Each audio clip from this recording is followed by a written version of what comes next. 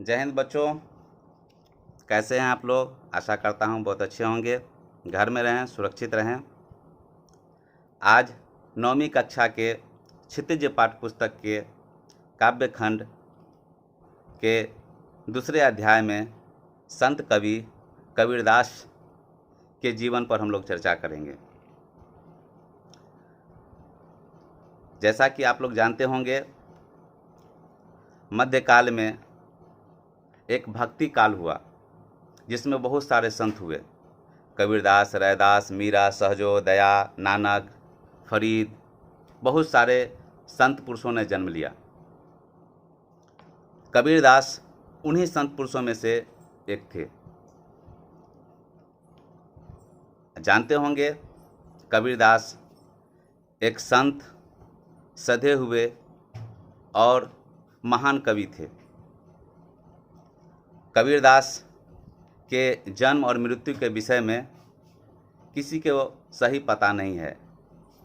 इतिहास में अनुमान लगाया जाता है कि संत कवि कबीरदास का जन्म 1398 में काशी में हुआ था और उनकी मृत्यु संभवतः 1518 के आसपास मगहर में हुआ था। कबीरदास ने विधिवत शिक्षा नहीं पाई। कबीरदास कभी स्कूल में, पाठशाला में, आश्रम में कभी नहीं पढ़े। उन्होंने अपने विषय में कहा है, मसी कागज छुओ नहीं, कलम गहो नहीं हाथ। अर्थात मैंने कभी कागज नहीं छुआ और हाथ में कलम नहीं पकड़ा। आश्चर्य की बात है बच्चों कि जिस व्यक्ति ने कलम और कागज नहीं छुआ, उन्होंने जो कहा उसको पढ़ करके हम लोग पीएचडी की डिग्री लेते हैं। उनको जो भी ज्ञान हुआ कबीरदास को, वो सत्संग में संत महात्माओं के आश्रम में जाकर के रहते थे, घूमते थे, फिरते थे, उनसे बात करते थे, उनकी बातें सुनते थे और खुद साधना करते थे। उस युग में चूँकि कबीरदास बहुत छोटी जाति से आते थे, उस समय जाति प्रथा हमारे देश में बहुत जोरों पर थी। ऊंच नीच, छुआछूत, भेदभाव काफ़ी था। कबीरदास के सही माता पिता का ही पता नहीं है। कहा जाता है कि उनको जन्म के बाद उनकी जननी माता पिता दोनों उनको कहीं फेंक आए और दूसरे एक जुलाहे के दो व्यक्ति जो माँ बाप जो है, दो महिला पुरुष जो है जुलाहे, उनको ला करके पाले और उन्हीं के यहाँ पले। और चूँकि जुलाहे जाति से थे, बुनकर का काम करते थे उनके माता पिता, तो उनको उस ज़माने में जो है वो जाति प्रथा इतनी चरम पर थी कि छोटे जाति के बच्चों को शिक्षा नहीं दिया जाता था। चूँकि गुरु जो हुआ करते, उसमें शिक्षक नहीं थे, गुरु हुआ करते थे, आश्रम अपना खोल करके चलाते थे। उसमें बड़े बड़े राजा, महाराजा और क्षत्रिय के बच्चों को ही पढ़ाया जाता था, छोटी जाति के बच्चों को नहीं पढ़ाया जाता था। इस कारण भी कबीरदास को शायद शिक्षा नहीं मिली होगी। किंतु जो व्यक्ति गुणवान होते हैं वो खुद कुछ न कुछ कर ही लेते हैं। सच्चाई ये है कि बच्चों, किसी को कोई कुछ पढ़ाता नहीं है, केवल इशारा करता है। जैसे कि आप जो हैं एक बुझे हुए दीप हैं, दिया जिसमें तेल भी है, बाती भी है, केवल लौ नहीं है, प्रकाश नहीं है। तो गुरु, शिक्षक, माता पिता क्या करते हैं कि वो जले हुए हैं। शिक्षक जो हैं, गुरु जो हैं, वो जले हुए दिए हैं, उनमें ज्ञान की लौ जल चुकी है और आप में बुझी हुई है। तो वो ज्ञान के लौ में सटने के बाद स्वतः उसमें प्रकाश आ जाता है। ऐसे ही कबीरदास संत पुरुषों के संपर्क में जाकर के उन्होंने ज्ञान प्राप्त किया। कबीरदास अत्यंत उदार, निर्भय, सद्य गृहस्थ संत थे। आजकल संत जो होते हैं वो, मैंने जो कहा, चंदन टिक्का दाढ़ी बढ़ा करके और बाबा जी बन के काम धाम छोड़ करके घूमते फिरते हैं। जंगल में है नहीं अब तो गांव घर में भीख मांग करके खाते हैं। लेकिन कबीरदास इसका विरोधी थे। कबीरदास शुद्ध संत साधना करते हुए गृहस्थ जीवन जीते थे। खुद जो है अपना काम, बुनकर का काम करते थे। वो चादर बिनते थे, दिन भर चादर बिनते थे और शाम में जा कर के मार्केट में, बाज़ार में बेच आते थे और जितना में बिक गया उतना में अपना परिवार चलाते थे। उनकी पत्नी थी, एक बच्चे थे, सबको चलाते थे, कभी किसी से कुछ मांगा नहीं और ना किसी की बेईमानी शैतानी कुछ भी नहीं किया। जबकि उस ज़माने में कबीरदास के संग भक्त बहुत बड़े बड़े लोग थे जो उनको सब सुविधा दे सकते थे। उनके शिष्य सब बड़े बड़े राजा महाराजा थे, लेकिन उन्होंने किसी से किसी तरह का कोई भी सहायता नहीं लिया। वो प्रतिदिन कहते थे कबीरदास, साईं इतना दीजिए जामे कुटुंब समाए, मैं भी भूखा न रहूं कोई साधु न भूखा जाए। अर्थात ईश्वर से वह प्रार्थना करते थे कि हे प्रभु, मुझे मात्र इतना दे दिया कीजिए कि जिसमें मैं भी भूखा न रहूं, मतलब जिसमें मेरा परिवार भी खा ले, मैं भी भूखा न रहूं, और कोई मांगने के लिए साधु आ जाए तो वह भी द्वार से खाली ना जाए। इसीलिए कबीरदास कहते थे, साईं इतना दीजिए जामे कुटुंब समाए। कुटुंब मतलब परिवार। हे प्रभु, मुझे इतना दीजिए जिसमें मेरा परिवार का भरण पोषण हो सके, मैं भी भूखा न रहूं, मैं भी खा लूं, और साधु न भूखा जाए, और कोई मांगने वाला आ जाए तो वो भी भूखा ना जाए, उसको भी उसी में से मैं दे दूं। बस इतना ही चाहिए, बहुत धन संपत्ति ये सब नहीं चाहिए मुझे। ऐसे सोच के संत कवि थे। सोच सकते हैं, राम और रहीम की एकता में विश्वास रखने वाले कबीर ने ईश्वर के नाम पर चलने वाले हर तरह के पाखंड, भेदभाव, कर्मकांड का खंडन किया। उस ज़माने में धर्म में बहुत सारे दोष थे, बाहरी आडंबर, झूठा दिखावा, पूजा पाठ के नाम पे ठगना, बलि प्रथा, सती प्रथा। लोग कुछ होता था गांव में बीमारी तो लोग कहते थे भगवान रुष्ट हो गए तो चलो उसको बलि देना होगा, तो आदमी का बलि देता था, बच्चों को काट के चढ़ा दिया जाता था, जानवर को का बलि दिया जाता था। यह सब पाखंड था। साथ साथ पूजा पाठ के नाम पर बड़े बड़े यज्ञ, लाखों रुपया खर्च करना, तब भगवान का सोचा था कि भक्ति हुआ। तो कबीरदास सोचे जब भाई इतना इतना बड़ा बड़ा यज्ञ पूजा पाठ करने के लिए गरीब लोगों के पास क्षमता नहीं है तो भगवान से वंचित रह जाएगा, भगवान का आशीर्वाद उसे मिल नहीं पाएगा। उन्होंने सोचने लगा कि आखिर भगवान है कहाँ, उनको ढूंढना चाहिए, क्या है, क्या करते हैं वो। इस तरह से करेंगे तो केवल बड़े लोग ही भक्ति को प्राप्त कर पाएंगे, गरीब लोग को मिलेगा नहीं। मंदिर था, उसमें बड़े बड़े लोग ही जा सकते थे, राजा महाराजा, क्षत्रिय, शूद्र लोग को जाने नहीं दिया जाता था, छोटे जाति के लोग को जाने नहीं दिया जाता था। बेचारे कबीरदास इसको तलाश में निकल गए, ढूंढने के लिए सच्चाई क्या है। वो राम और रहीम दोनों को एक समझते थे। उस समय हिंदू, मुसलमान, सिख, ईसाई, जैन, बौद्ध, इस सब विभिन्न संप्रदायों को लेकर के आपसी एकता का विखंडन होता था। समाज में आपसी द्वेष बढ़ता था, भाईचारा खत्म होता था, प्रेम खत्म होता था। आज भी हम लोग देखते हैं कि हमेशा कुछ भी होता है तो हिंदू मुसलमान कर दो, मुसलमान एक हो गया, हिंदू एक हो गया, आपस में झगड़ा हो जाता है। कबीरदास कहते थे राम और रहीम दोनों एक ही है, अल्लाह और ईश्वर दोनों एक ही है, भगवान का कोई नाम नहीं है ना, भगवान निरंकार है, भगवान का कोई आकार नहीं है, भगवान का कोई रूप नहीं है, वह अरूप है, भगवान का कोई अंत नहीं है, वो अनंत है ना। तो उसी से कबीरदास भक्ति के दूसरी धारा का प्रारंभ किए। भक्ति दो प्रकार का होता था उस ज़माने में, सगुण भक्ति और निर्गुण भक्ति। समझने की बात है, जिनको जो समझ में आता है लोग का मानते हैं।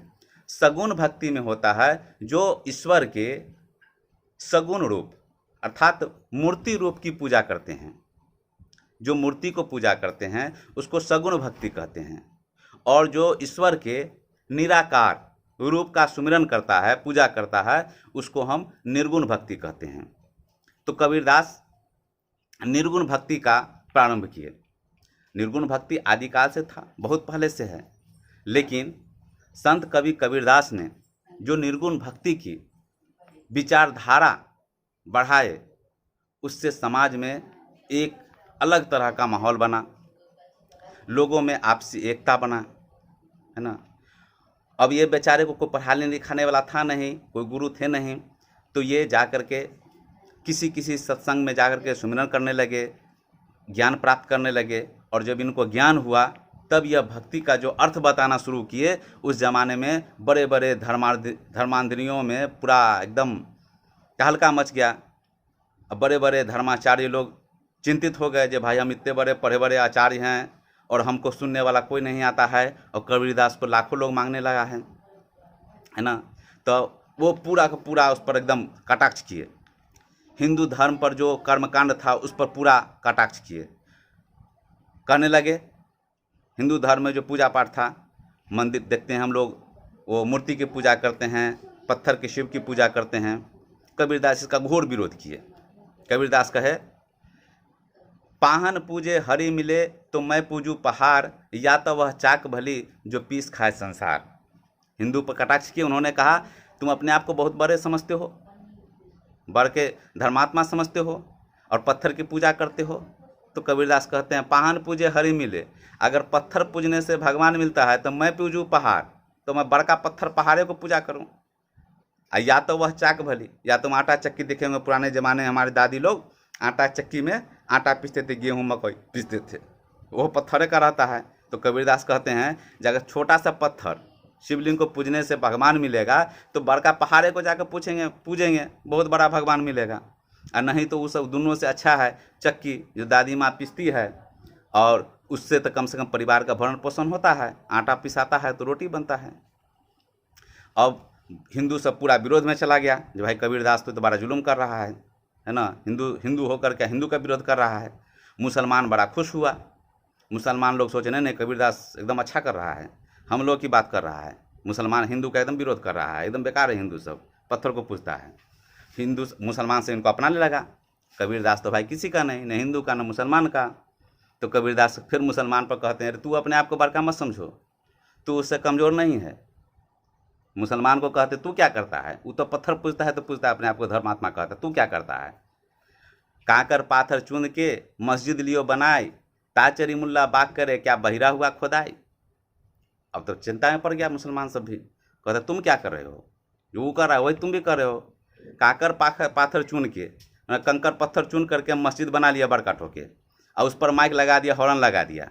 ताचरी मुल्ला बाग कर, उस पर मुल्ला चढ़ करके जो है से अल्लाह अकबर करता है, क्या बहिरा हुआ खुदा है, ईश्वर बहिरा है जो माइक में हल्ला कर रहा है ताजोर से भोरे उठ कर 4 बजे भोर में। और तो भारी समस्या हो गया, कहा न हिंदू का है न मुसलमान का है, दोनों मिल करके इन पर भिड़ गया कबीरदास पर। कहा ये तो भारी ख़त्म है, ये अगर रहा इस तरह से तो गड़बड़ा देगा पूरा का पूरा। कबीरदास कहे देखो दोनों मूर्ख हो तू मंदिर के लिए लड़ रहा है और तू मस्जिद के लिए लड़ रहा है, तू अल्लाह के लिए लड़ रहा है और तू राम के लिए लड़ रहा है। अरे बुड़बक, ये जो है ईश्वर और अल्लाह सब एक ही है, हम सब उसके संतान हैं। ये हिंदू मुसलमान तो हम लोग यहाँ आके बना लिए हैं, नाम यहाँ हम लोग रख लिए हैं, अल्लाह राम कबीर, ये सब क्या है, ये सब कुछ भी नहीं है। वास्तविक तो क्या है, तब कहते भगवान है कहाँ। तब कबीरदास सब जितना था हिंदू मुसलमान सब का धर्मात्मा सब जो है, मुल्ला बड़ा बड़ा मुसलमान का मुल्ला और हिंदू का जितना भी इतना धर्मात्मा ऋषि महर्षि सब था, सब मिलकर बैठा, कहा चलो आज कबीरदास से शास्त्रार्थ करते हैं, बहस करते हैं, आखिर ऐसे कैसे बोल रहा है वो। तो पूछा भाई ये क्या कर रहे हैं आप, अब आप ही बताओ। आप कहते हो ना मंदिर में है भगवान न मस्जिद में, क्या क्या मामला है। तो कहते ठीक है तो कह रहा हूँ, अगर भगवान मंदिर में होता मस्जिद में होता तो मिलना ना चाहिए तुम लोग को शांति मिलना चाहिए ना। पूजा का क्या मतलब है, ईश्वर को प्राप्त करने का मतलब होता है जो कुछ भी प्राप्त करने की इच्छा न बचे। जब जिसको भगवान मिल जाए तो फिर धन संपत्ति क्या जरूरत है, स्त्री की क्या जरूरत है, पत्नी के परिवार के बच्चा क्या जरूरत है। क्यों तुम लोग आपस में लड़ रहे हो, इसका मतलब है तुम लोग अपने में ढूंढो। अगर वास्तव में समझ लो कि घर अंधेरा हो, अंधेरा घर में अगर दिया जल जाएगा तो अंधेरा तो अपने आप समाप्त हो जाना चाहिए, और हो ही जाता है। अंधेरा को बाल्टी से निकालने की जरूरत थोड़े है, वो तो दिया छोटा सा जला दो तो अपने आप प्रकाश हो जाएगा। और जब प्रकाश हो जाएगा तो अंधेरे के किसी कोना में अगर दिया बैठा हुआ रहेगा तो दिया को कहने की जरूरत नहीं पड़ेगा कि मैं यहाँ बैठा हूँ, वो तो खुद ब खुद लोग देख लेंगे। तो तुम अगर इतने वर्षों से मंदिर में जाकर के पूजा कर रहे हो, मस्जिद में नमाज पढ़ रहे हो, तो तुम लोगों में ज्ञान का प्रकाश तो होना ना चाहिए, तुम लोगों में इंसानियत तो आना ना चाहिए। आपस में लड़ते क्यों हो, इसका मतलब तुम लोग ज्ञान को नहीं प्राप्त किए हो, तुम लोग गलत मार्ग पर चल रहे हो, तुम लोगों ने ईश्वर को नहीं जाना है। मैं जाना हूँ। अब कबीरदास कह दिए मैं जाना हूँ, तो कहा भाई कैसे जाना तू, न तो स्कूल में पढ़ा, न कोई गुरु आश्रम में गया, न तुम्हारा कोई गुरु हुआ है ना, फिर तो कैसे जाना। अब तुम ही बताओ भगवान कहाँ है कैसे है।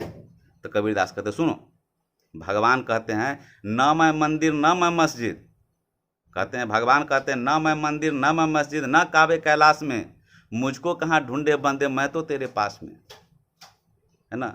कबीरदास कहते हैं न मैं मंदिर में हूँ न मस्जिद में हूँ न काबा में हूँ न कैलाश में हूँ, कहाँ ढूंढने जा रहे हो, मैं तुम्हारे पास में हूँ, है ना।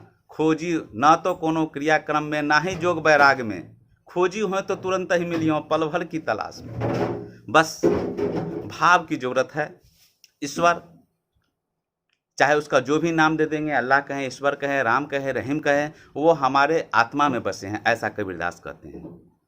हम अपने आत्मा में ढूंढें, अपने अंदर ढूंढें तो ईश्वर अपने आप मिलेगा।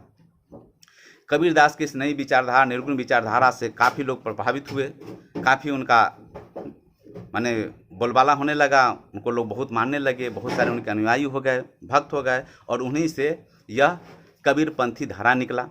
एक अलग धारा, न हिंदू का, न मुसलमान का, न जैन का, बौद्ध का, एक निराकार ईश्वर का, वो निराकार भक्ति का हुआ। वही कबीरदास के निराकार भक्ति के जो भी कविताएं हैं, साखियां हैं, दोहे हैं, वह सब आपको इस पद में देखने को मिलेंगे।